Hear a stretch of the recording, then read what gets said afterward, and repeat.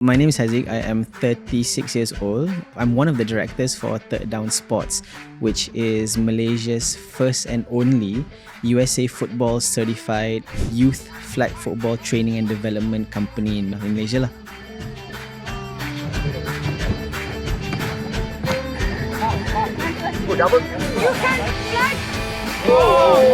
So basically, flag football ni is a derivative of it's another version of American football. Oh, very nice. That's it. Ada setengah orang confused flag football, ada orang confused between the American football and then rugby. So what are the main differences? Flag football is the non-contact version of that sport. So what we do is instead of physically tackling the player, you pull the flag lah. Okay, cuba boleh tunjuk sikit mungkin boleh ni. So I did ya. Boleh sila. Okay.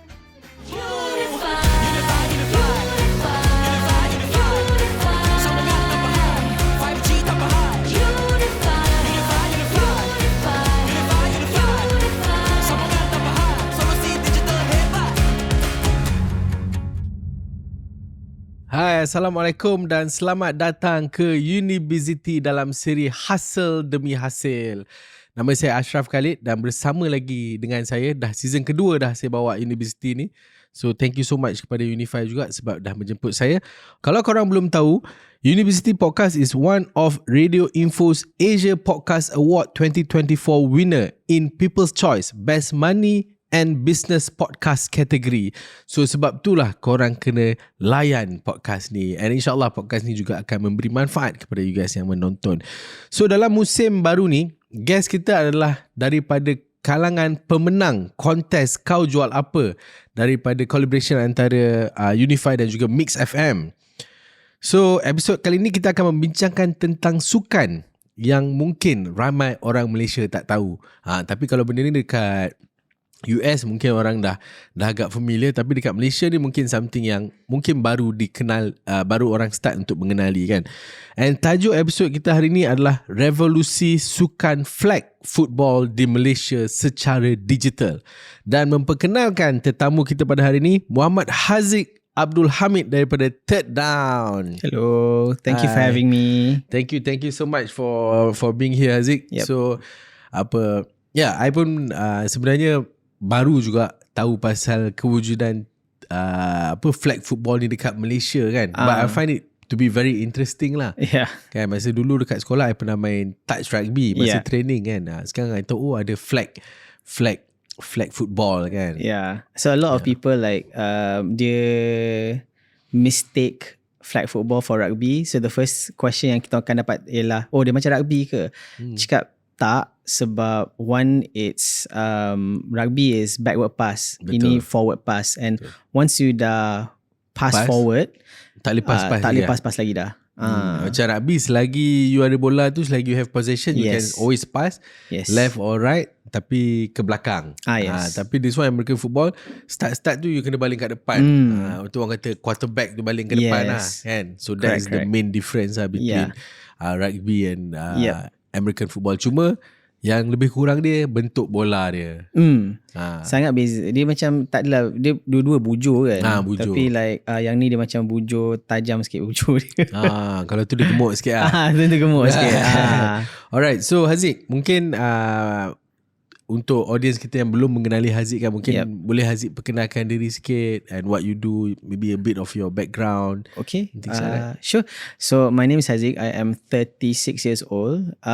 So I'm one of the directors for Third Down Sports, which is Malaysia's first and only USA football certified youth flag football training and development company in Malaysia lah. Wow. So what we do is we are trying to grow the sport of flag football among the youth, right? Which is our grassroots movement lah. So my background is basically, which is quite funny because I started my career as a journalist. Oh really? For The Edge. Oh wow. So I started dekat The Star and then I went to The Edge and then I was a journalist for about like 5 years plus. And then that's when after that I moved to corporate, and that's to basically corporate communications. And then Dekat mana tu corporate? UEM Sunrise. Oh. So I've actually been in the property industry for more than 10 years. Yeah, so even dekat masa dekat The Edge tu, I was writing for property. And then after that, I went into corporate, and then I masuk dalam cabang branding. So that's when I fell in love with branding lah. Yeah. So even my capacity as a director dekat Third Down Sports ni pun, I handle branding, communications, marketing, but mostly branding and communications lah. Yeah. Interesting. So that's where we try to grow the sport of flag football, because people are not aware of the sport. Yeah. So alright, before kita go deeper into flag kan, I nak tahu sikit tentang you punya family background. Kan, macam of course some people say entrepreneurship ni kadang-kadang mungkin the start tu ada titik-titik dia yang membuatkan you macam nak masuk ke entrepreneurship kan. So maybe boleh cerita sikit tentang you punya family background. Macam tadi ada dengar juga you ni banyak merantau. Yes. So actually like my family tak ada seorang pun ada bisnes sendiri. Oh yeah. So my mother dia dulu pengarah UiTM Kedah. So funny story is that kan orang selalu cakap UiTM di hatiku kan. Tak ada orang yang UiTM di hatiku daripada I. Oh yeah, semua so UiTM bukan di hati you lah. I daripada baby UiTM. Oh. So my mother was a pensyarah dulu, and then we moved to the UK for her to further her studies for her PhD and everything. Then balik-balik aja kita orang duduk dalam UiTM Melaka. Lepas tu habis UiTM Melaka, university pula masuk balik UiTM Melaka. Tempat lama, after UiTM Melaka kita pindah UiTM Merbuk dekat Sungai Petani. And then after UiTM Merbuk Sungai Petani, that's when in Sungai Petani I finished my high school, and then I masuk uni, which is masuk balik UiTM Melaka. So I pergi balik rumah I. And then orang semester holiday balik rumah kan, I masuk balik kampus. Kan? Sampailah, and then after that my degree I went to UiTM Shah Alam, and then my mother finished her once after she stopped being director of UiTM Kedah, she macam retire lah, semi-retire. She became a dean dekat faculty of policy or something dekat UiTM Shah Alam. So masa I buat degree, my mother ada sekali. Oh, you anak cikgu lah yang so you macam special sikit lah kat sekolah. tak jugalah. Tapi like because the last thing you want is to be associated with your mother. Malu. So itulah like my whole life memang budaya so dia kata I'm born and bred in Shah Alam or in Subang kan. You are born and bred in UiTM. I belajar apa ni lagu UiTM tu yang wujud mudi sini. I belajar tu before I learn my ABC, before I learn like the wheels on the bus go, the nursery rhymes. Lagu tu dulu. So memang UiTM ni dah bukan di hati lah, dia dalam jiwa lah. Dah terap lah. Terap, dah resap lah. So my family memang no one had everyone, you know how like older generation is, kalau korang nak berjaya kena kerja kerajaan apa semua kan. That's what their pathways were heading to. Everyone kerja kerajaan. My dad kerja Jabatan Agama Islam semua, right. So my mom kerja ITM. You my uncles, my uncles, my aunties semua. The only time it shifted was my brother je lah, because dia memang kerja oil and gas, right. So for me, right, so itu pun masih bekerja kan, bukan buat bisnes ni kan. So yang shift sikit tu maksudnya shift daripada kerajaan ke corporate lah. Yeah. So that's the only shift lah. So so for me, starting a business was a very steep learning curve. Sangat-sangat steep, where you have to make mistakes in order for you to learn. Betul. So I memang after I worked at UM Sunrise semua, I quit. I started my own creative agency. That went well.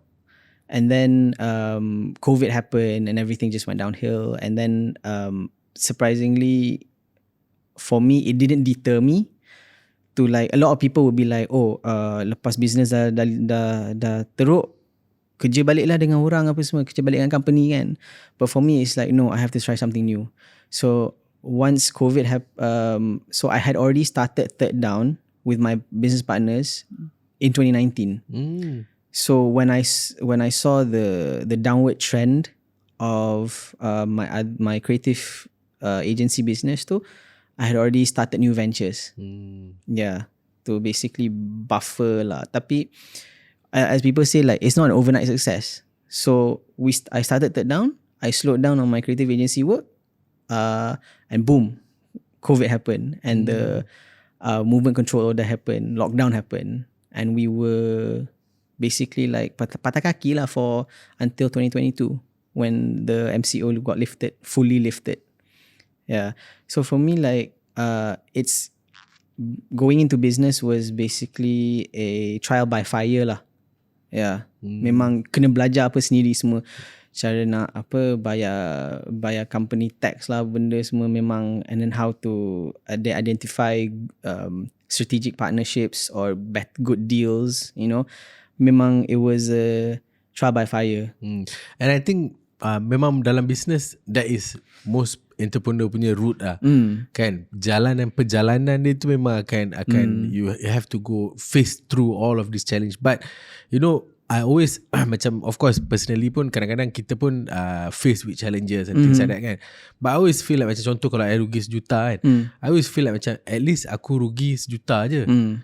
Imagine if I did the same mistake when I'm like 10 times bigger, I would lose 10 million, you get what I mean? So at least when you do all the small mistake, it actually hinders you from doing the bigger mistake in future kan. So absolutely, I think this learning process is something yang crucial lah in every business people, and that's why the resilience has to kick in kan? So bila kita during my time dengan business apa semua tu, and like bila rugi tu you rasa macam like you down sikit, tapi macam it was a very good lesson in business. So tak apa, you take it with a pinch of salt lah. Like you take it in strides lah. Like okay, I rugi benda ni, tapi okay tak apa, next time jangan buat macam ni lagi dah. And then you have to be like, the difference between you kerja dengan company, kerja sendiri memang betul lain. You have it's when you business sendiri, you memang it's on you. Betul. Right, it's really on you. And I have a good anecdote about that lah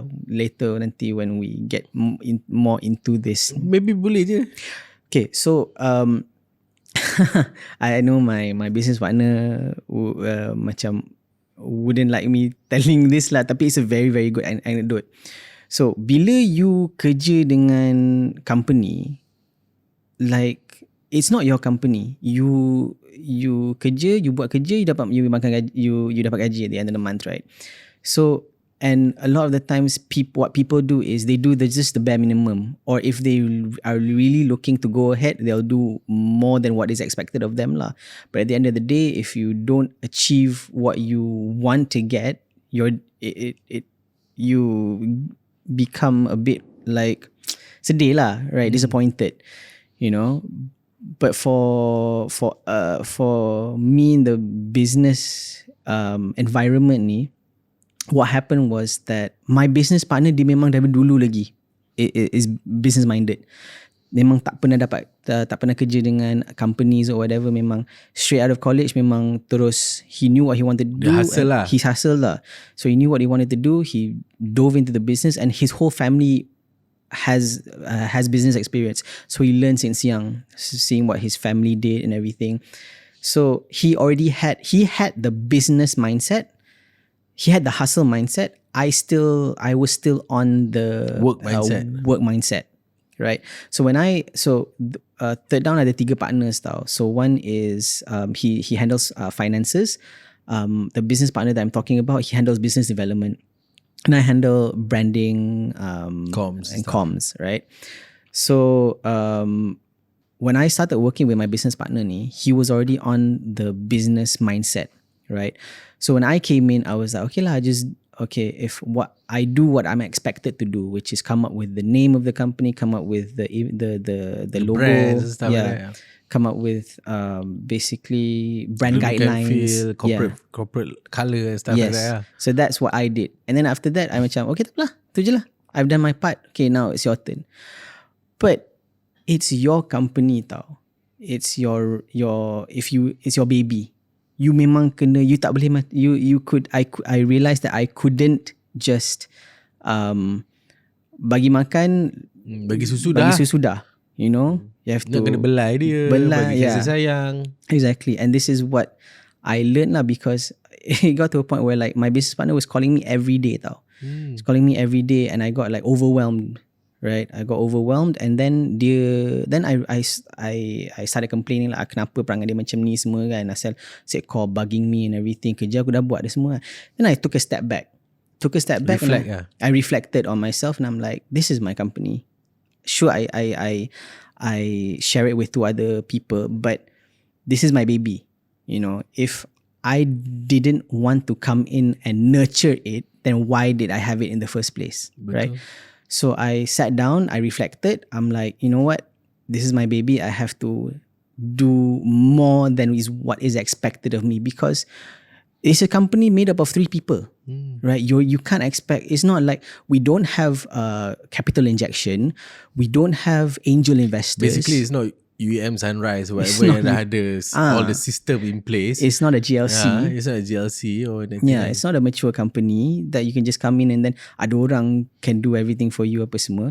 So we don't have investments, right? We don't.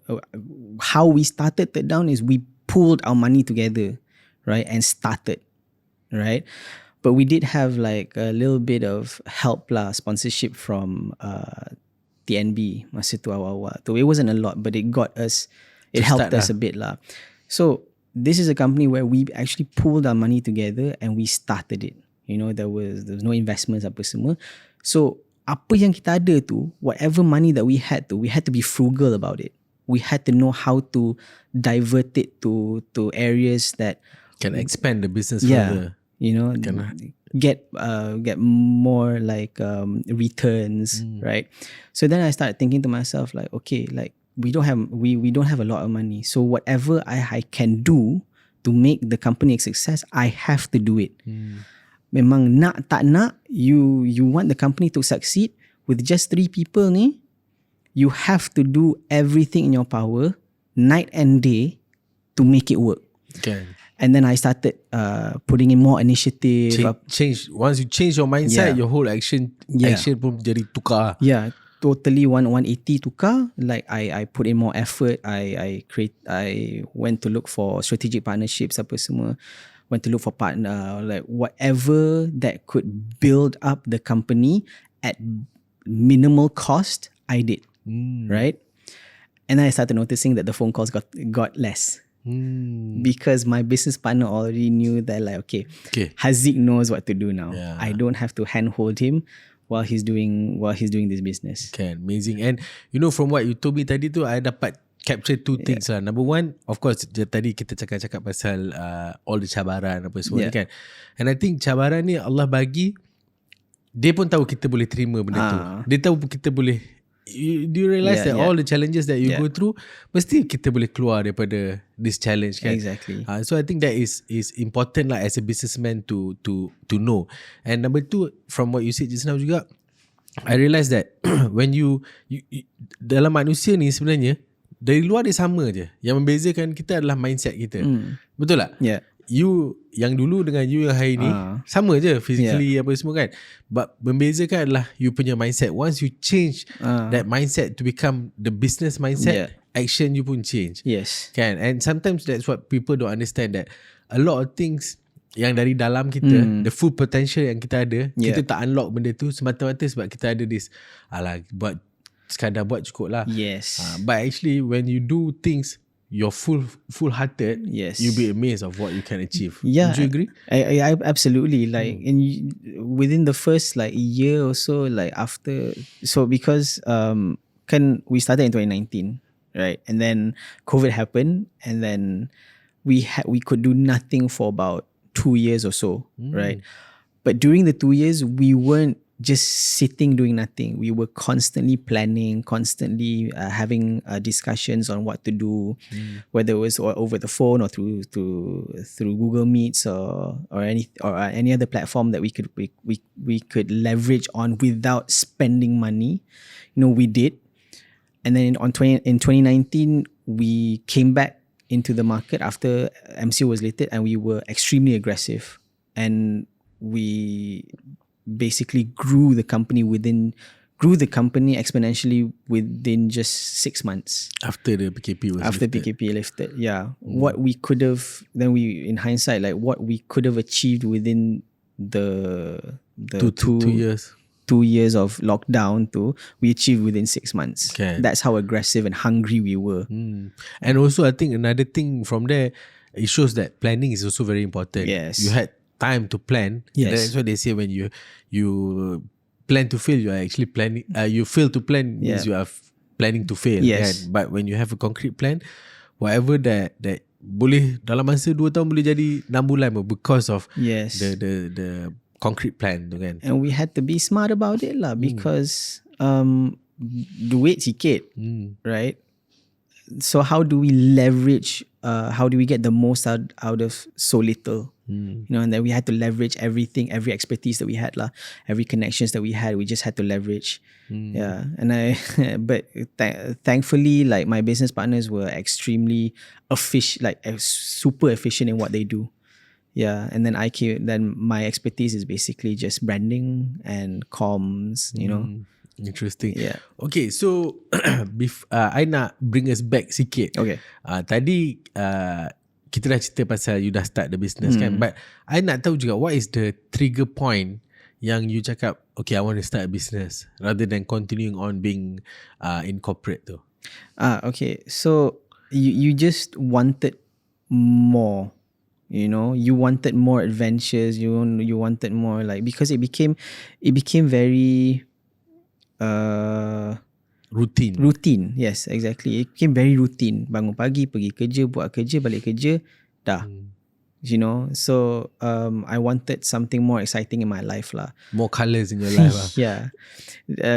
Unbeknownst to me, like because my background is basically mass communication, journalism kan. What do I know about business? I never took business in uni ke apa semua. The most that I did, the most that I knew about business was basically from what I learned dekat entrepreneurship class in degrees kan.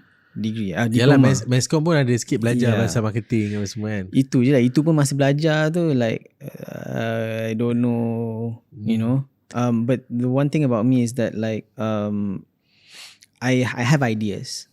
So I think creative ideas, and I tend to look outside the box. So when bringing that into the business landscape, like, it wasn't just about like getting from A to B. It was getting from A to B, but in the most optimal way and in the most creative way as we possibly can, without spending too much. Optimizing the capital that we had to efficiency, gain basically. So macam tu lah. Like I just wanted something exciting. It became so routine, so vanilla, colorless. So challenge yourself lah. So I challenged myself, ambil kau. But menyesal tak? Tak. Now looking at it, no, absolutely not. Tak. Like, you think it was the right decision to it do? Was absolutely the right decision. Obviously there were a lot of challenges. Having so much time on your hands is one of them. Like, because a lot of people think that, I have so much time on my hands, I can do so much.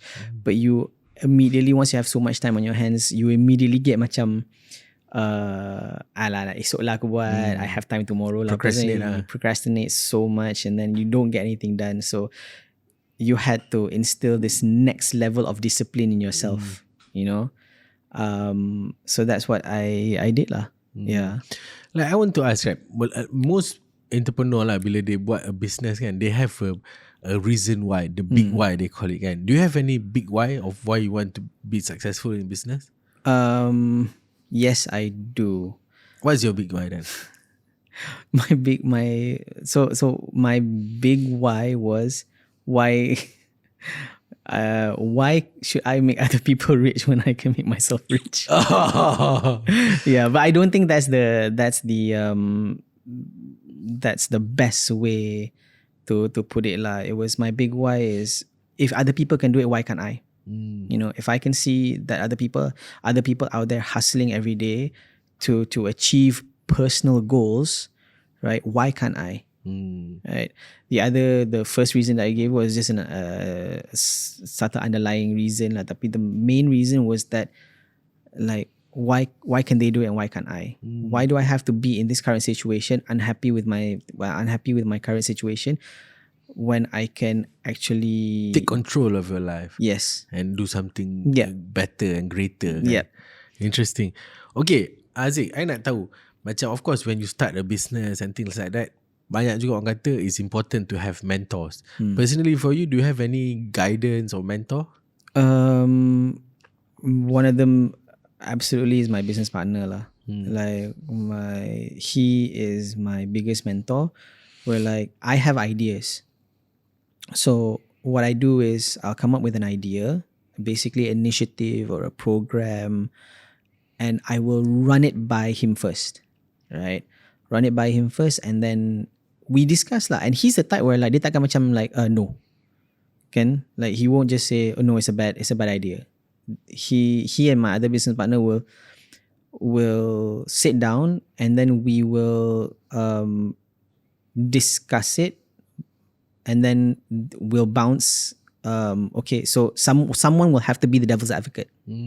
Someone will always have to be the devil's advocate. Whether it's like if the idea is coming from me, then my other business partner will be the devil's advocate, and then my this other business partner Daryl ni, he will basically like guide it on. If you do it like this, could it work? If you do it like that, why couldn't it work? And then if Daryl comes up with an idea, then I will be the devil's advocate. Leon comes up with another idea, then one of us will be the devil's advocate. So we have like Check and balance. Check and balance. It's guidance and everything. But I would honestly say that I learned a lot from Daryl.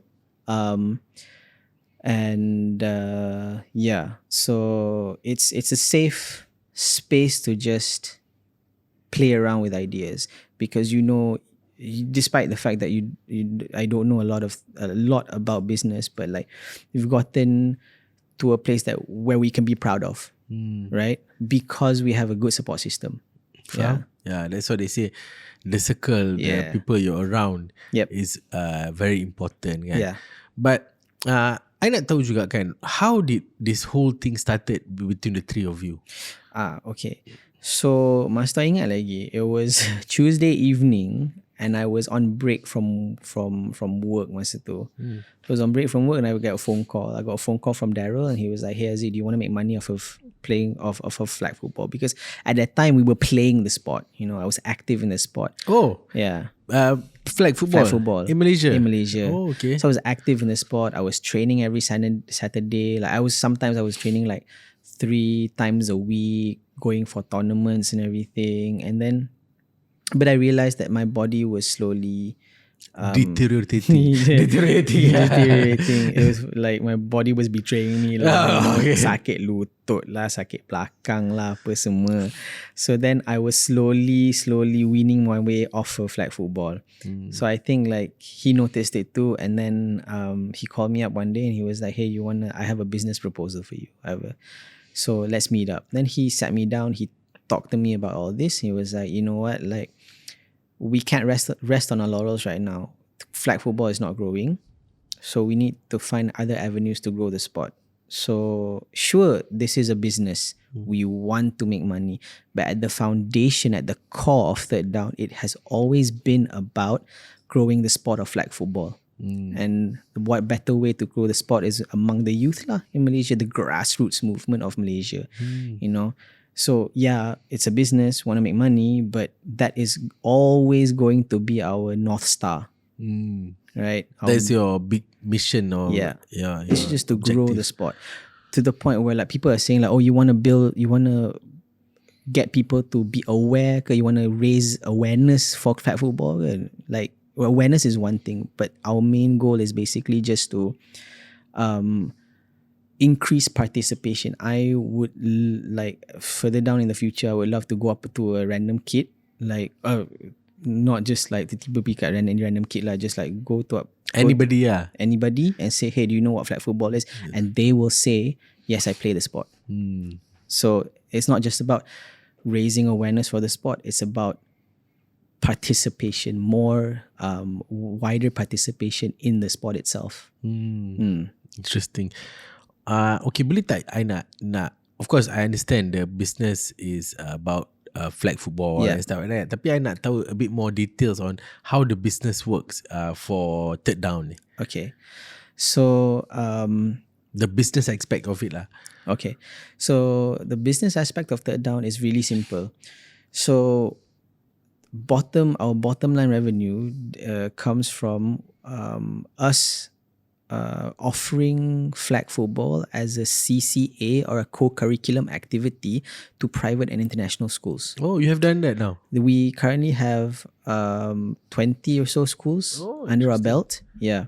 So that is our bread and butter lah. Going to private international schools, introducing ourselves and offering flag football as part of the school's CCA. Sebab dia ada 3 jenis tau. Dia ada after ASA, which is after school activity, ECA, extracurricular activity, and CCA, co-curricular activity. So ECA ni is macam diorang punya club. Right? So it's handled by the school itself. But CCA ni is basically external vendors. So we come in as a CCA. Yeah. So the private international schools lah. So we have up to I would say it's mostly the IB schools. No, it's we have grammar schools, IGCSEs, O levels, yeah.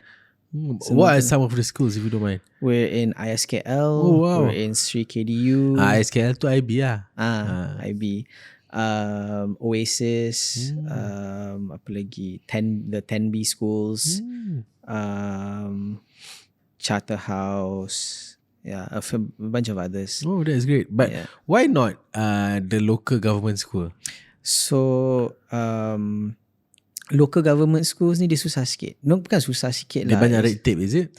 I wouldn't say red tape because so how we just need, for public schools we need a committed teacher to handle the club. Yeah, sebab we cannot do it like how we do international school, private international schools, because obviously we have overhead costs. So kalau masuk public schools,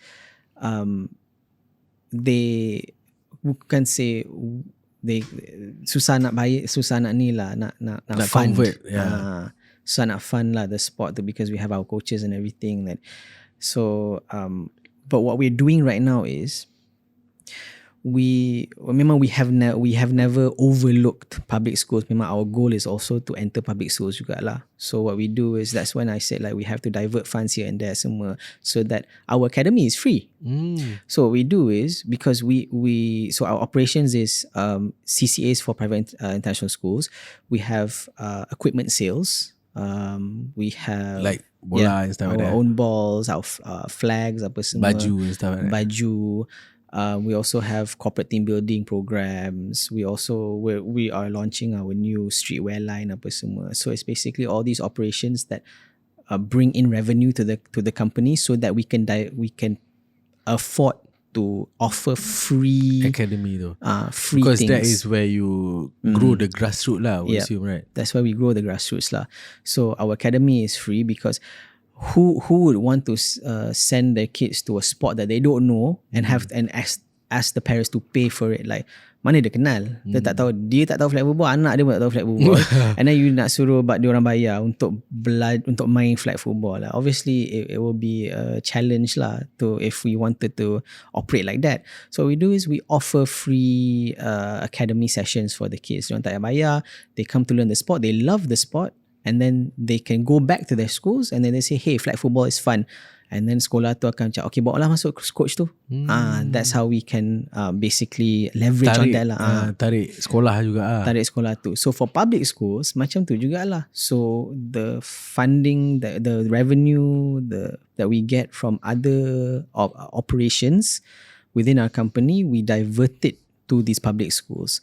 So we bagi dia orang free we can give them free equipment. All we need from these public schools is one teacher. Yang one committed teacher yang just handle the club je. Everything else kita akan buat. And that's what we tell the schools lah. You can be hands off, because let third down come in and do everything else for you. Because that's our bread and butter lah. Dealing with kids, operating in schools, selling equipment. Yeah. So but I assume you guys also have external coaches lah. Yeah. Takkan 3 orang je pergi sekolah ni kan? So currently mesti ada. We have our coaches. Currently, we have about 10 coaches. So they have schedule lah. Hari ni sekolah mana apa semua. So we believe that our coaches, if our youth are the pillars of our company, our coaches are the foundation of our company. We take care of our coaches will take care of the kids, because we're not on the ground. Betul. Our coaches are. Betul. And they have to provide the best experience for the kids kan. Yeah, and we make sure that they are fully certified to coach. They are basically apa orang panggil, like equipped with all the resources, all the knowledge that they need to handle the kids. And for us as a training company, as an academy ni, we realized early on that as a company, what are our visions and what are our missions, right? Our mission is basically to grow the sport of flag football. In order to do that, we have to remain buoyant, right? But our vision is to eventually be like a fully sustainable, long-term go-to company for the sport of flag football. And for that, we cannot afford to be buoyant. We have to be market competitive. So what do? We look at other academies in Malaysia, tak kisahlah football ke basketball ke apa, and we have to offer our kids value-added services compared to these others. So what we did was we hired sports therapists, right? To deal with the kids. We partnered with tech partners. So we partnered with a tech company that has an app where it's performance based lah. So kalau you datang, you dapat point. You buat something cool on the field, you dapat point. You tangkap bola macam ni, you dapat point. You flag someone like this, you dapat point. Oh wow. You kumpul point tu, it unlocks tier systems. Dia macam video game lah. You gamify the game. Yeah. You gamify the game further. Yes. So we have to constantly think of, like, we can't just remain buoyant. We need to be market competitive if we want to like compete, not just with companies like us, but with other sports out there. Right. So because in a way you guys are at a disadvantage lah, Yes. because orang tak berapa kenal lagi kan. So you have to provide extra added services so that it attracts more younger crowd to explore your game kan. we realized that our problem statement was, no, we are an unknown company peddling an unknown product. So lagi teruk lah. At least kalau you're unknown company doing soccer, at least there's a better chance lah. Exactly. Bukan soccer, football. Yeah, actually we also call it soccer because like nanti dia confuse dengan flag football flag kan. football. So terpaksa, and then so bila semang orang Malaysia macam, oh yeah, you go play to soccer. US kan? Most of the times Kau people like besar kat US ke? exactly. Oh, main soccer ke? Soccer.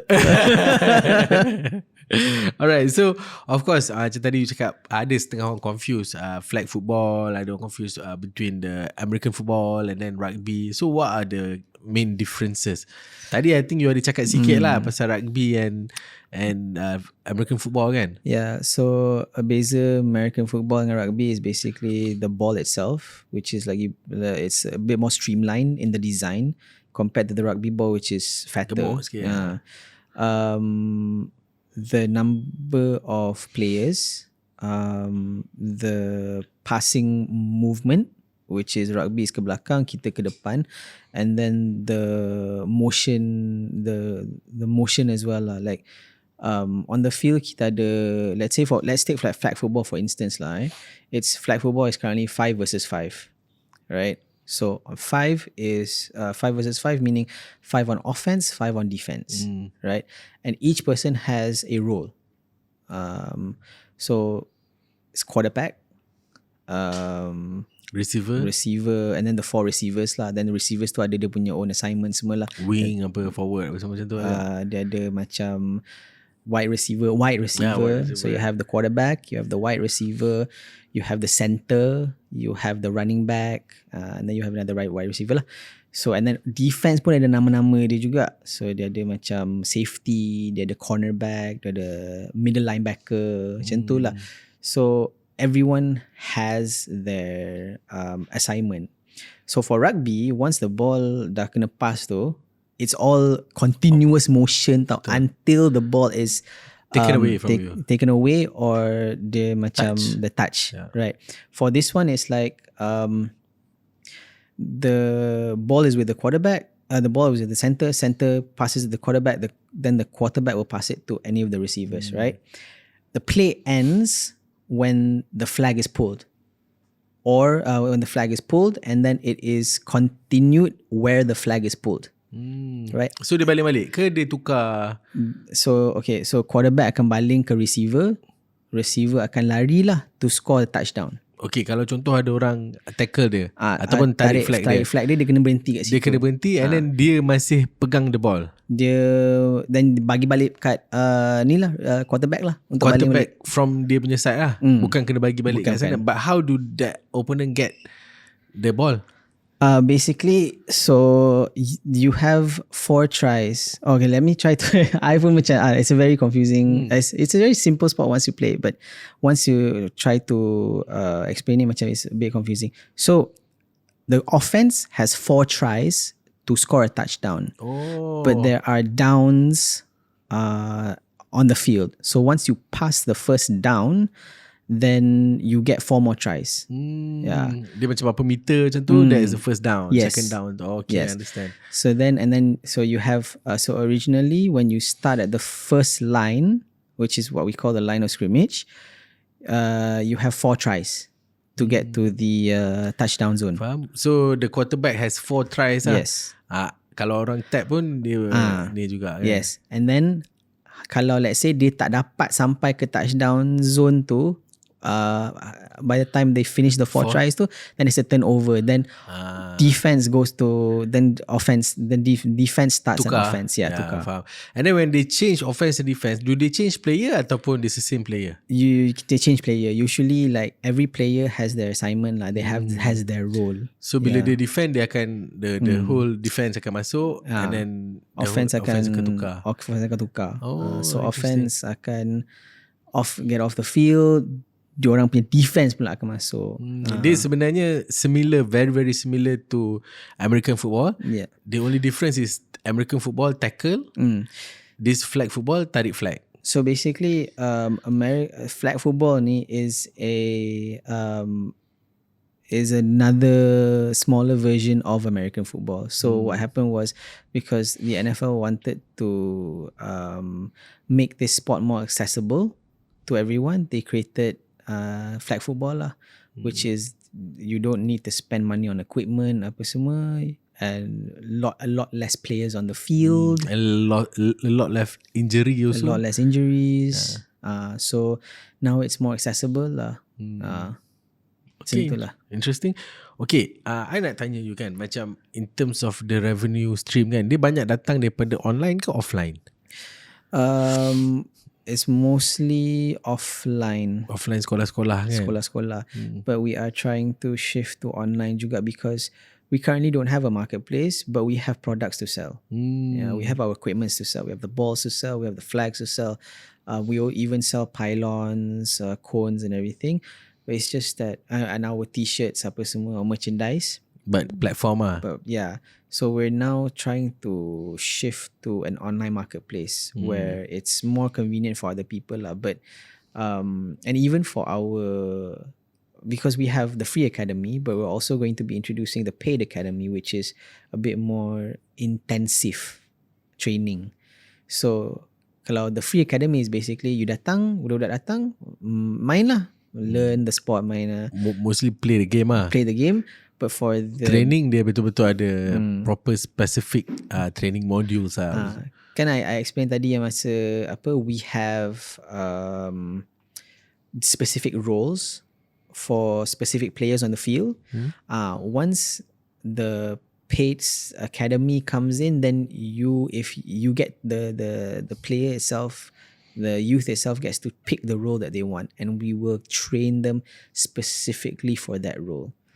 So let's say if you budak tu macam, I nak jadi quarterback, you datang, you paid academy tu, we will train you from A to Z on becoming a good quarterback. How the motions and everything, apa, throwing motion, or whatever makes you a good quarterback.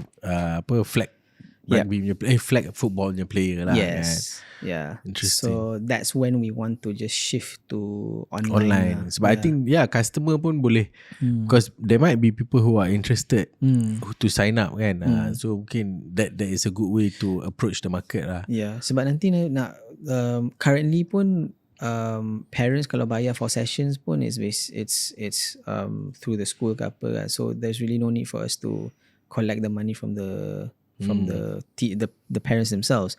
But moving forward, when we have the paid academy, we don't want to inconvenience them by like, okay, ni QR code bayar kat sini. We want to make it convenient for them to just like have a one-stop one place where you can just make all your purchasing needs. Yeah, from equipment sales, merchandise, subscription, academy subscriptions and everything. Yeah, so that's what we're shifting off to. That's great.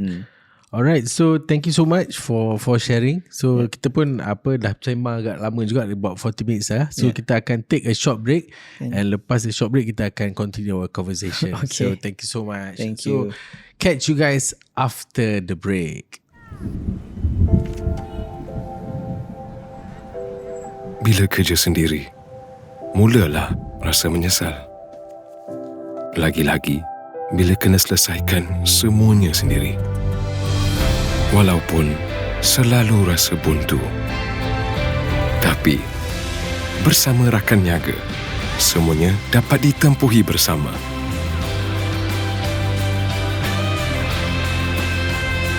Tak kisahlah masalah apa yang dihadapi. Kami akan sentiasa ada di sisi.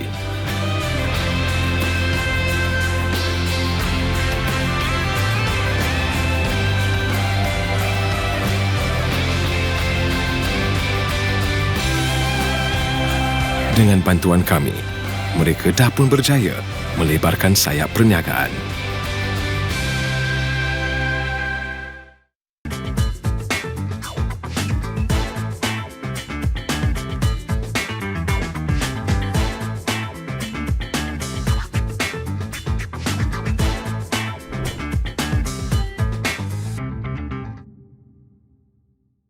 Hi guys, welcome back to Unibizity Podcast. So kalau korang nak tahu, Unifi Business ni bukan internet provider je. Unifi Business ada internet 5G yang laju, service digital marketing solution untuk tolong korang mengembangkan bisnes korang, dan ada free devices. So kalau korang ada bisnes, korang kena ada internet dan juga smartphone 5G yang padu. Jadi korang kena dapatkan smartphone 5G percuma dengan data 5G tanpa batas hanya dengan RM49 sebulan. Nampak tak? Unifi Business kan dah boleh jadi business partner korang yang paling setia. Alright, so sekarang ni bro, kita nak ada podcast takeover. Okay. So sekarang ni the podcast is all yours untuk tunjuk apa itu flag football. Flag football, yes. Yeah. Okay, so basically flag football ni is a derivative of it's another version of American football. Kalau you tengok, like the first thing we ask people kalau dia nak tahu what flag football is, korang tahu tak American football tu apa? Like have you watched all the movies macam the American football inspired movies macam Remember the Titans, right? A lot of people say, okay, you know that sport. Okay, now flag football is the non-contact version of that sport. So what we do is, instead of physically tackling the player, you pull the flag lah. Okay, so maybe you boleh tunjuk sikit macam mana flag football ni. I nampak you ada pakai belt tu. Okay. So basically like this is the normal equipment for flag football lah. So you have the flag belt. So you have the belt, you have the flags, and attached to the flags is the popper lah, the popper which attaches to the belt itself. Faham? So this is where you can ni lah. Tarik so, lah. So kalau ni dia akan pop lah. Yes. Okay. So macam tu lah. So what's going to happen is that ni bola dia. So as you can see dia memang lain sikit daripada bola rugby. So it's more streamlined, right? So nanti what's going to happen is that Quarterback akan baling. quarterback akan baling. So receiver akan tangkap bola. And then the Dia akan receiver the offense team has 4 tries to get to the touchdown zone. But within that whole field akan ada first down and second down lah. So once you pass the first down or the second down, you immediately refresh the tries. So you have another 4 tries once you pass the downs. So when the receiver has the ball, the defense akan tarik. Where the flag is pulled, the receiver has to stop. So then the ball is dead lah. So nak sambung, Quarterback kena ambil balik. Quarterback kena ambil balik, and then you start where the flag was pulled. So then you progress lah. Progress. 4 tries, first down, 4 tries, first down, touchdown. Macam tu lah. And then after that, if the quarterback scores the touchdown, then you have something called the PAT, which is point after touchdown. So you can choose between 1 point or 2 points. Right? Then you can score additional points. Like kalau NFL, you nampak orang tendang bola, right? That's one of it lah.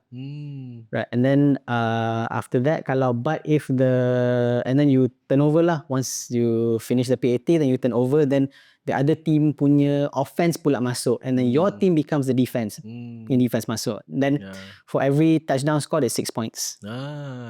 Termasuk either 1 point PAT or 2 point PAT lah, depending lah. So 6 points plus 1 or 2. Okay, sila duduk balik. Okay. Alright, so basically dia ikut time lah. Dia bukan ikut points ke, dia nak habis game tu ikut time lah. Dia ikut berapa lama time 45 minutes. 45 minutes per half? Per half. Oh, so it's a long. Sorry. Kejap. That one I have to double check. So cut that. So dia ada dia punya timing dia. So dia ada berapa quarter? Dia ada 2 halves. 2 halves. First half, second half. First half, second half. Oh, then habis lah. Then habis. I think NFL dia ada 4 quarters or something. 4 quarters, tapi for flag football, we only have 2 halves. Interesting. Alright, so itulah sedikit sebanyak tentang flag football kan. At least kita semua pun, pada audience sebenarnya yang tak pernah tengok macam mana nak main flag football, I think today korang boleh dapat sedikit idea lah. I think it would help juga kalau you dah memang faham tentang American football, sebab it's very similar sebenarnya. Kan? The only difference is tackle and also pop. So that's kalau tackle pun boleh pop juga, tapi tulang kena pop. Itulah.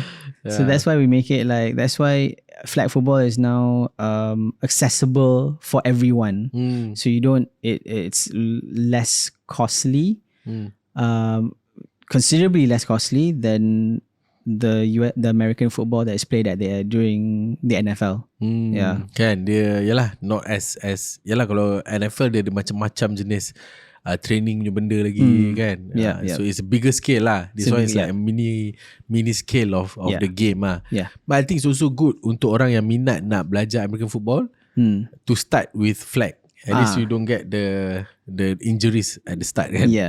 And also like the reason why there are some countries that still promote full on contact football, which is the one you see at NFL. But for us, like, we would promote flag football more because obviously to get the equipment cost thousands lah, apa semua. And not everyone can afford it, right? Because kalau 1 or 2 people can afford it, then 1 or 2 people je play full contact. Betul. So flag football is more accessible. Okay, I nak beralih kepada branding lah. Branding punya questions lah for your business kan. So for your dalam pandangan you lah kan, you think it's important to do content yang berkenaan dengan personal branding? Atau you rasa tak perlu sangat personal branding? I think it's not important to to focus too much on the business owners. For us lah, as long as we remain accountable for our efforts and our initiatives and our programs, then that's good enough for the parents, because at the same time, we don't want to promote ourselves, because as I mentioned before, at the very core of Third Down is to grow the sport. Yeah. So, and in terms of branding pun, like, we are fine tuning and looking for the right recipe to increase brand awareness for the sport and the company. Because at one point too, when we were ramping up efforts for Third Down, to increase awareness on Third Down, we had some of the kids calling the sport Third Down instead of flag football. So time tu kita panic lah, macam, oh no, we still want the kids to know that it's flag football. Third Down is just a company that facilitates the sport, that promotes the sport, that trains the kids for the sport. But ultimately, we want flag football to be the star. Faham? Yeah. Macam, of course, like kebanyakan brands, they have products. Yeah. Kan, macam ni I think is more of service kan. Service, yeah. Like, is it difficult to do branding for service type of business? Particularly for us, because our target market is minors. Yeah, budak kecil kan, budak sekolah. Budak sekolah, especially private international school kids. So we cannot just simply ambil gambar budak post dekat online. That's a big no-no. Oh, tak boleh Yeah. We value the privacy of our kids highly lah. So because parents pun macam from private international schools, quite high net worth individuals, they're scared for their children's safety, right? So this is also a challenge for us, because we want to promote the sport, but we cannot show the sport because the kids are playing the sport, and we cannot show the kids playing the sport because it's a matter of privacy and they are underage. They are minors, right? So what we do is we create a safe space, and one of those safe spaces is our academy lah. So we have a safe space for the kids to just play. Our coaches are all trained on how to manage, how to interact, and social and interact with The young kids, kids, right? And then we will talk to the parents, and we will have them sign a release form. You know, we won't pressure them into signing it. Kalau you tak nak sign, you jangan sign. But if you're comfortable enough to have us use your kid's image as promotional material for our company, Kena ada consent form. yeah, consent form lah. So therein lies the predicament lah. Kita nak Ada promote. tak parents yang tak nak sign? Ada. So these are more like parents from embassies, right? So they're a bit particular about their kids being shown, because more of a security issue. So therein lies the predicament lah, where like the challenge that we have to overcome. Like, how do we promote our company and the sport when we can't show the sport to people? So that's why we come up creative with intelligent and well thought out plans to be able to overcome these challenges lah. And that's how we have like basically videos of kids that we can showcase, because it's safe, their parents have approved, and we have gone through the content ourselves to make sure everything is fine and dandy. Safe, ah? Yeah. Interesting Yeah. So it is like another sort of macam challenge jugalah. Yeah. Hassle lah juga kan, Yeah. nak kena dapatkan all this approval apa semua kan. So And banyak. today's lagi-lagi lah today's parents kan, I mean I don't blame them, because I think a lot of secretaries and stuff like that juga kan. So I think it makes sense for parents to be concerned lah Yes. on all this kan. And macam of course flag football ni is something yang tak berapa expose sangat kat Malaysia kan. Do you think it's difficult to expose the brand, especially sukan yang kurang dia expose ni, and macam mana you kuatkan the branding for it? So we try to. There was this one. So there's this one. Our tech partner punya owner lah. That like the reason why we managed to partner with them is because, and I quote, like they said, we have swag. So what we do is, because we try to make it look as fun as possible, right? Like it's very difficult because people don't know the sport. How can we showcase the sport? Like, short of tarik orang, hey, Try game ni. Like no one would want that, right? So what we do is we just we have an ecosystem in Malaysia that we work together with lah. So the ecosystem is that Third Down comes in at the grassroots level. There's we work closely with the Malaysia Regulatory Association for Flag Football called MAFA, which is Malaysian MAFA, which is Malaysia American Football Association. Yeah, so they are mid tier. So we are bottom tier, grassroots. They are mid tier, and then there's also a group of individuals where they call them that are the elite players lah. So this is a 3-tier sustainable ecosystem that all of us must work together to help spread the sport itself. So Third Down will come in as grassroots to spread grassroots. The MAFA will come in mid-tier to like grow the sport, and then once there are select players who are good enough, who have achieved a level of athleticism or skill that surpasses the midline, then they go to elite. Elite is where we have traveling teams lah. They go to compete in international tournaments. Oh, really? Yeah. So that is the ecosystem that we have in Malaysia today, which, because there's a saying like it takes a village to raise a child, it takes an entire country to grow the sport. Yeah, exactly. Yeah, so we partner with anyone we can. Not really partner with anyone we can, because we're very selective. Anyone yang would be mutually beneficial lah kan. Who also we're very selective with the people that we partner with, because we want them to also believe in to also be aligned with what we want to do. Yeah, so we have had because we deal with kids, right? Our main target market is kids, so we have a lot of companies that come in and say, hey, can you partner with us? We'll give you X amount, but you promote our product. We have to see what product is, because we have to be responsible caretakers lah for these kids lah. We can't just be willy-nilly just buy. Okay, you give me money, I will like promote your product for you. Tapi product tu teruk, too much sugar lah, like makes kids hyper lah. We also don't want that. So we have to be extremely selective with we have to be responsible, responsible and extremely selective with the partners that we bring in. So right now, sure, like it takes a country to grow the sport, but we have to be prudent about it. Yeah. Faham? And do you have any macam, of course, like it's a new sports and stuff, right? Maybe you ada some tips and advice untuk how to do, what is your strategy in social media for this? So tips and strategy. Currently, we are rolling out with our campaigns. It's mostly brand association. So if you look at our logo, it has that distinct orange color. So we want it to be associated with flag football. So whenever someone sees a similar shade, they know, oh, this is flag football. So this is Third Down. Third Down is associated with flag football.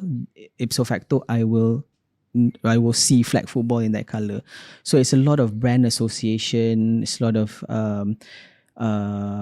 basically just curating our social media content to keep subtly reminding people that, okay, this is Third Down, Third Down is flag football. Flag football is Third Down is flag football. Something like that. It's just but if you look at our IG page lah, a lot of people have said like, oh, it's so random, so random, like there's no theme to it. But I've always thought that like if you go to some company IG pages, like they have that border that they use, and it's every post has that border, so it's uniform. Personally, for me, it feels very vanilla. So our strategy for social media is that it's going to be random, but there will be thumbnails that catch your eye, that force people to just like, oh, what's this? And then we have our logos and everything, and our subliminal color theme that like people can just associate. When they see the color orange, they think Third Down. Or something like Unifi juga, orange. Orange and blue, right? Yeah. Nampak biru, nampak orange, oh, okay, Unifi. It's Unifi kan? Yeah. Understand? Alright, so business yang unfamiliar ni perlukan education process. Betul tak? You Yes. need to educate the consumer about the business kan. So what are the challenges dalam nak educate customer in this spot ni? Basically, one of the main challenges in educating people is getting them to trust the process. Because I cakap tadi pasal accountability semua kan. So a lot of people, they want to see the owners of the company firsthand. Okay, so who are you? You know, in order for me to want to come into the spot, try the spot, I have to have testimonials. Semua. So what we do is we don't show the owners themselves, but we are on the ground all the time. Yeah. So there is not an event that the partners are not there. And because we're a small company, we also pull our weight lah. So it's basically more like like educating people that it's a fun spot, it's a safe spot, you know, and everyone can play it, you know.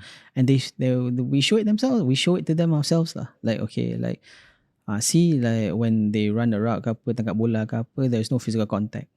It's always the flag. And also that's the first step to reassuring.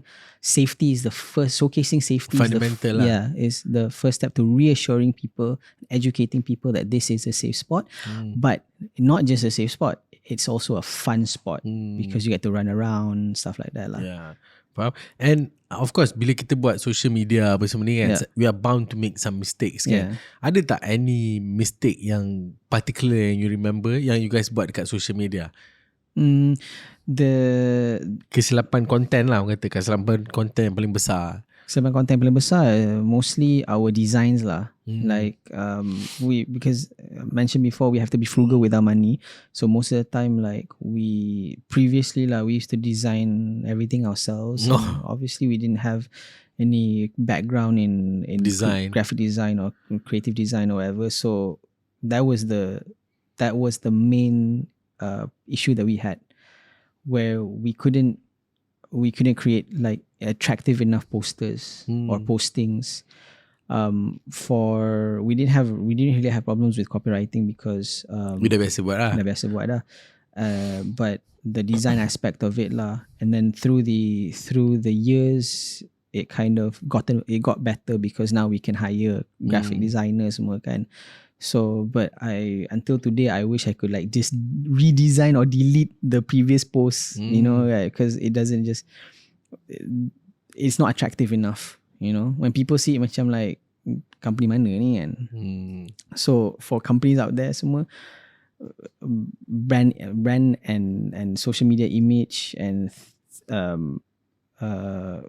common themes are very, very important. Like even when I said just now that like if something looks uniform, it's very vanilla, but there still needs to be a certain sense of like uniformity lah. Yeah. Faham? At least orang tahulah the brand image tu kan, the corporate image tu kan. Even if you don't want to have like all posts with the same borders, tak apa. It's just that a little some unifying elements lah to your post, and that's what we have learned now. Yeah, faham. And of course, you buat business ni benda yang yalah macam orang kata benda baru, benda yang tak biasa.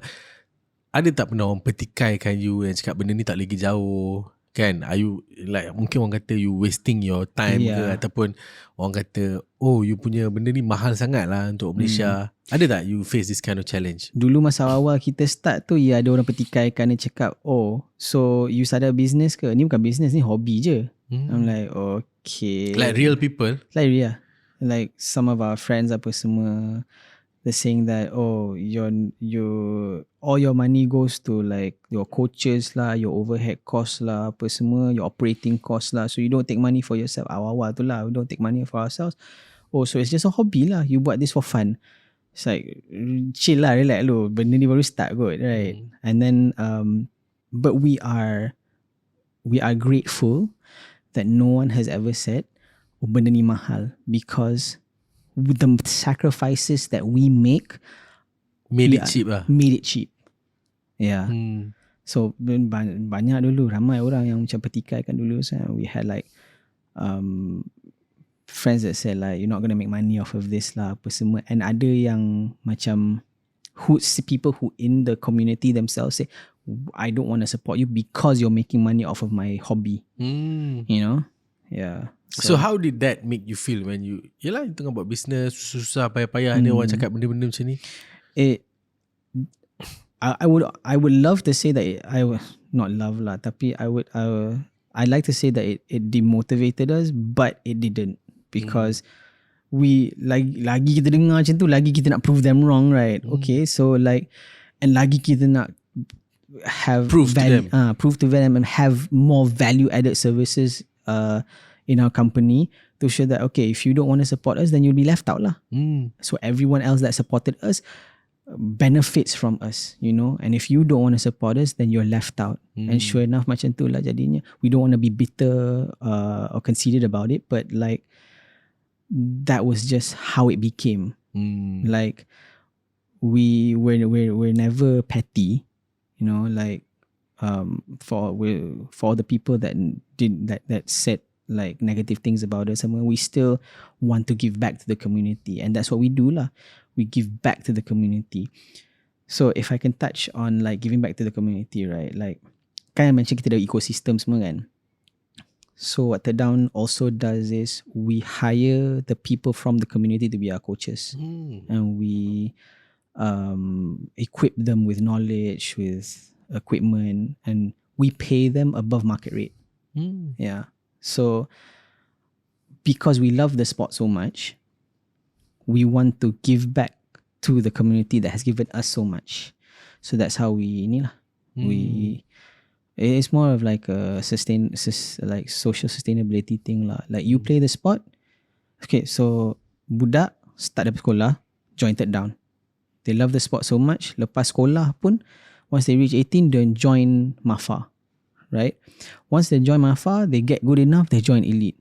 Once they're old enough and they want to stop, they come back to Down and coach. So it's a sustainable ecosystem. Yeah. Faham. So that's why it's important to get people to really love the sport juga. Yeah. So that, you know, this ecosystem will continuously grow juga kan. And it's our job to make them love the sport lah. Because it all starts from us. Faham?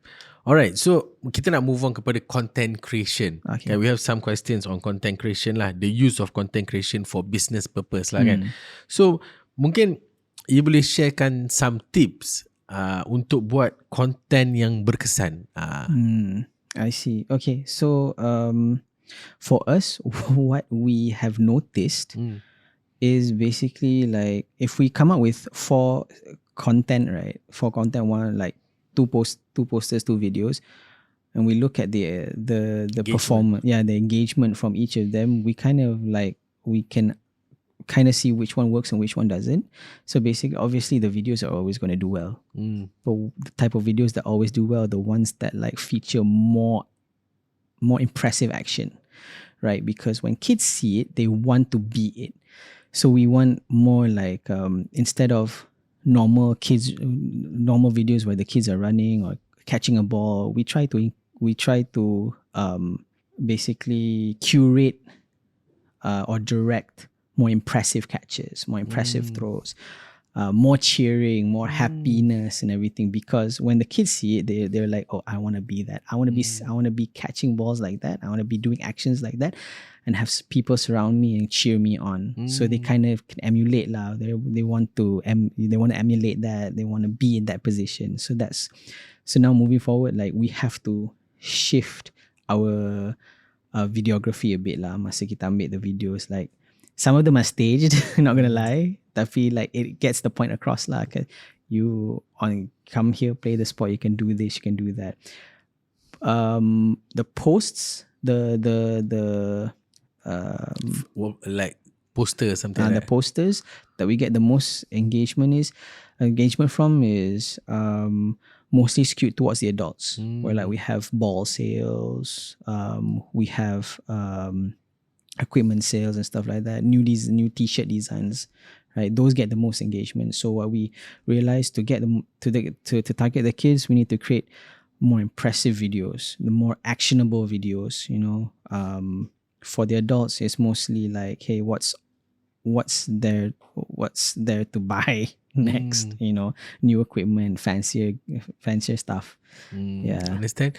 Okay, I nak tanya you pula kan, macam in terms of storytelling. Yep. Kan, do you think it's important to have storytelling in content creation? Yes, it is actually. It next year, 2025, we'll be launching our new campaign, which is called Flag Football Is.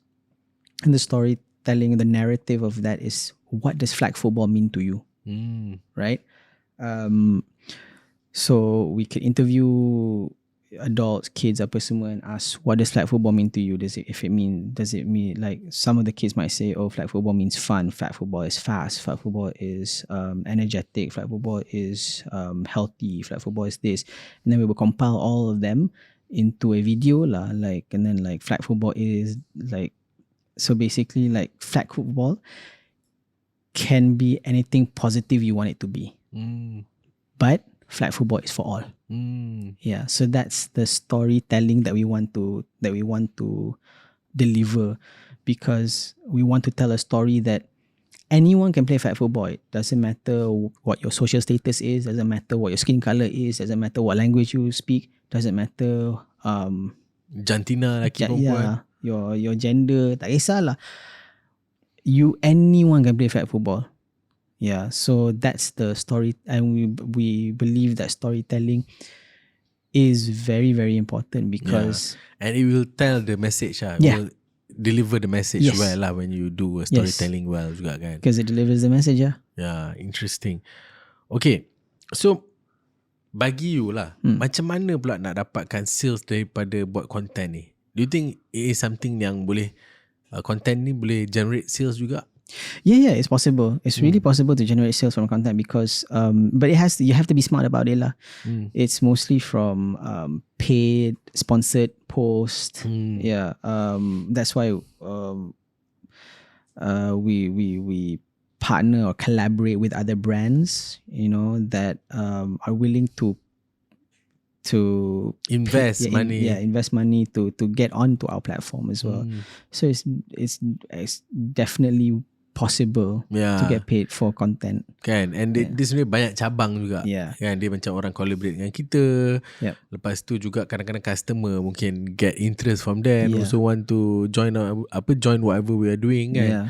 So you have to come up with creative ways lah, in order for us to like generate income from the social media postings. But it's fun lah. Like it's a brainstorming process. It's a fun process. You meet. I think social media ni dah jadi one of the main marketing platform. Kan, so it's not like before you just post je lah apa-apa. Sekarang ni is like more, you need to really think about how you want to position yourself and what kind of content you want to bring out kan. So, and macam mana pula kan you nak gain people's punya trust from digital content ni?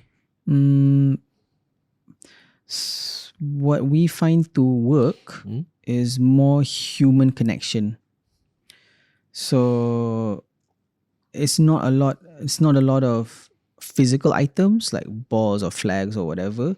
It's more of human interaction. So we have the kids interacting with kids, adults interacting with adults, kids interacting with adults, apa semua. So on our video, so it adds a humanistic touch to it.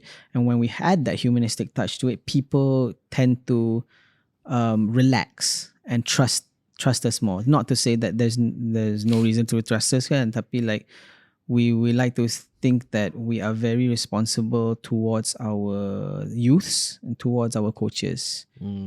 So when you have that human interaction too, it gains more. It allows people to trust you more lah. Instead of just like okay, ni bola, beli bola. People macam like, kau siapa? Buat apa nak beli bola kau kan? So like when we show more human interactions, more people on our social media pages, it allows people to trust us more lah. We get more followers from that. Kalau we notice, one thing we notice, kita post barang-barang kita, our merchandise, we get solicitations from manufacturers. Diorang yang akan first DM kita apa semua. But when you stop and you show more interaction apa semua, you get more you get human interactions, you get more real engagements from other people saying, hey, this looks fun, where can I join, I would like to send my kid here apa semua. So we find that like we've struck a good balance lah in gaining trust of the people out there. Man, interesting. And for you lah, senang tak untuk nak buat content menggunakan 5G smartphone? Senang. It's basically like you guys do content using phone? Yeah. We have our camera equipment, tapi most of the time because some of our like the people that handle our social media apa semua, they're coaches themselves, right? So we pay them for their coaching, and we also pay them for the extra work lah, so graphic design ke videography ke apa semua kan. So you can't be expected to lug around your RM1,000 camera apa semua kan. So the 5G phone works just as well. You know, just point, shoot, edit, and then semua dalam tu. Yeah, because and then guna Unifi. Yeah. Supaya laju boleh post. Exactly. Yeah. That was good though. The Unifi helped us a lot lah. Yeah, and it came at an extremely opportune time because we had so many things planned for 2025, and Unifi coming in to help us with this, it was like alhamdulillah lah. Like we really needed it. Interesting. Okay, I nak beralih sedikit kepada AI. Okay. Kan kita tahu sekarang ni dunia adalah dunia AI lah. Kalau dulu kita tahu is IoT, Internet of Things kan. But now everything has moved to AI kan. Yeah. So ada tak you guys gunakan teknologi AI dalam menghasilkan video-video dan konten-konten digital you guys? We do. We obviously like kalau for narration, sometimes my videographer, graphic designer uses ChatGPT. He untuk uses dapatkan content ideas and stuff. Content ideas. ChatGPT is a huge help. CapCut, for editing, for the auto-generated text tu, tu penting. Betul, the subtitles apa semua kan? So we still use AI in our everyday work lah. Kan, I think the world has changed. Kalau kita tak adapt kepada AI ni sekarang, we will be left behind lah. Kan, do you think AI also help, like I know you guys ada 3 founders, and then you guys don't have that many people under the payroll kan. Tapi do you think this AI also help you guys to manage the business secara lean? I assume we have been discussing about this lah, using like software out there that can just like auto generate invoices ke apa benda for us and everything, but we haven't really like, or even becoming a merchant punya, like having a merchant punya software kan, that is that uses AI to assist in day-to-day punya business operations. We have been looking at that. Personally, we haven't been using that yet, but we are keeping our options open, doing the research that is required, because I feel that AI can really make things more convenient for us, so that we can just lepas tangan on some things and focus our attention on others, and how to build ataupun create more sales revenue channels and stuff like that kan. So I think macam sekarang ni macam for me personally lah, macam dulu kalau I punya team nak kena ada separate orang yang buat content, lepas tu separate orang yang buat copywriting, and then ada juga yang kena buat articles untuk kita punya blogs and stuff like that. Tapi sekarang ni semua benda tu AI dah boleh ganti lah. So you don't really need that many people to do the tedious work lah, I would say kan. Tapi at the end of the day, like as convenient, as helpful and as convenient as AI is, like we still like need to use our brain. Need to use our brains, Betul. Kalau tak, AI only ikut kita punya prompt. That's true. No good prompt, the jawapan pun akan jadi tak betul juga. That's true. Alright, so kita dah masuk ke kita punya last segment kan. Kita nak tanya tentang you punya the future and also hope lah for your company and also yourself kan. So what is the next plan ataupun future plan for Third Down? So we have a lot of things planned for within the next 5 years. So third down, what we value ourselves as being is responsible lah. And that also applies to sustainability. So we at Third Down, we are a company that adheres to the United Nations ESG. the ESG, right? The UN SDG lah. So equality, partnership for the goals and everything. But also we are starting to put in effort towards environment, social and governance. So for environment, what we are planning to do is basically, and we have already started lah, which is for the environment to, when we go down on the ground, we leave that area better than when we arrived.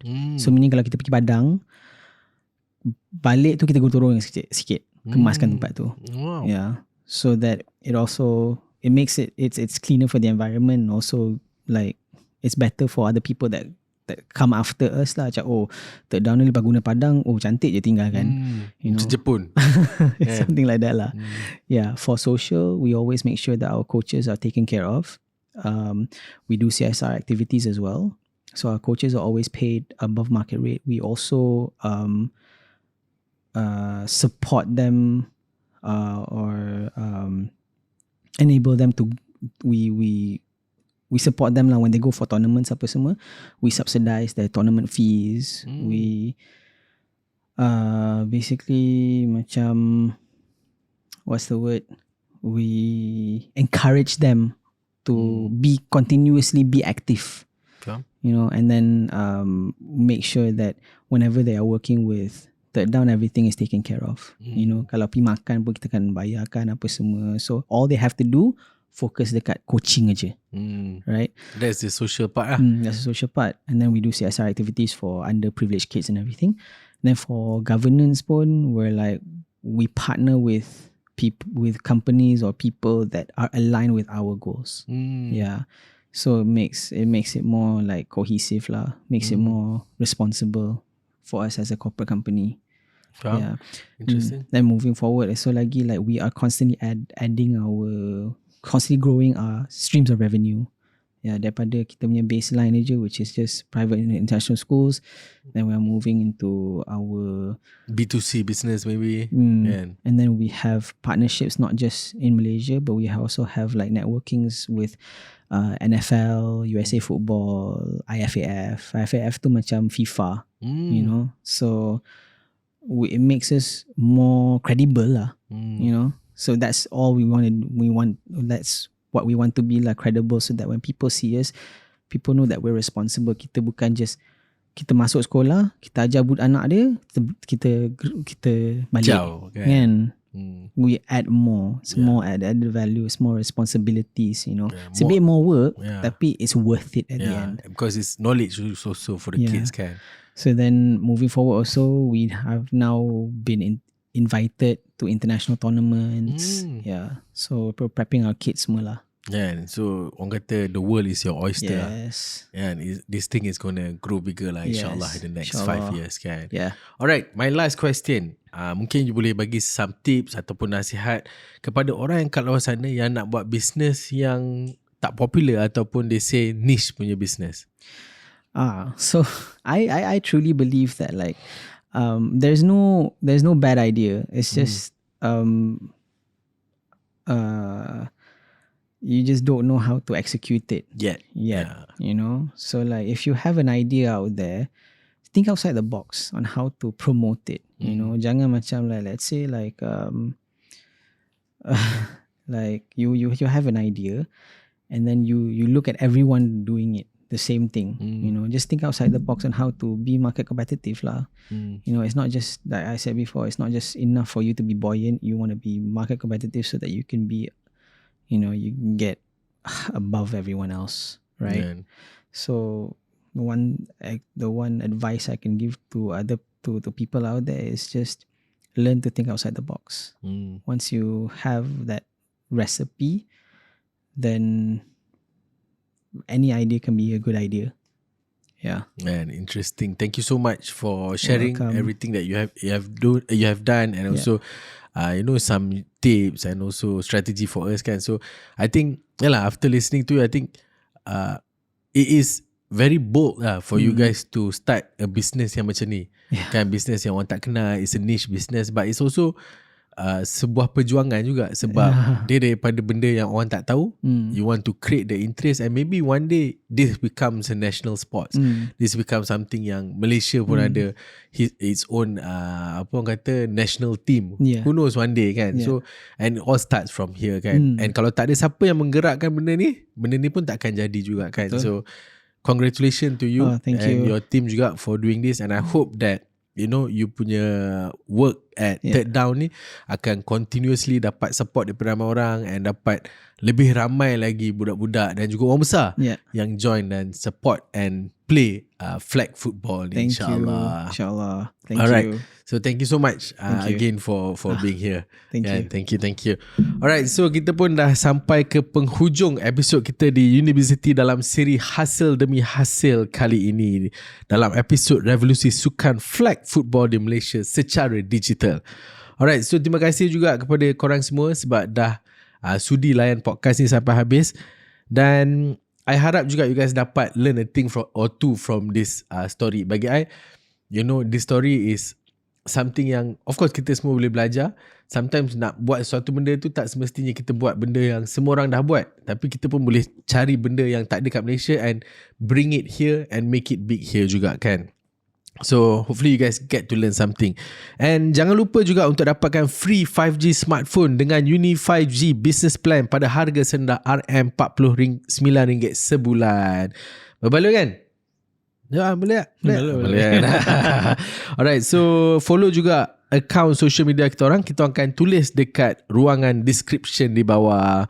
Alright, so kita akan jumpa lagi di next episode Unibizity Podcast, Hasil Demi Hasil. Alright, Assalamualaikum semua. See you guys soon. Bye-bye.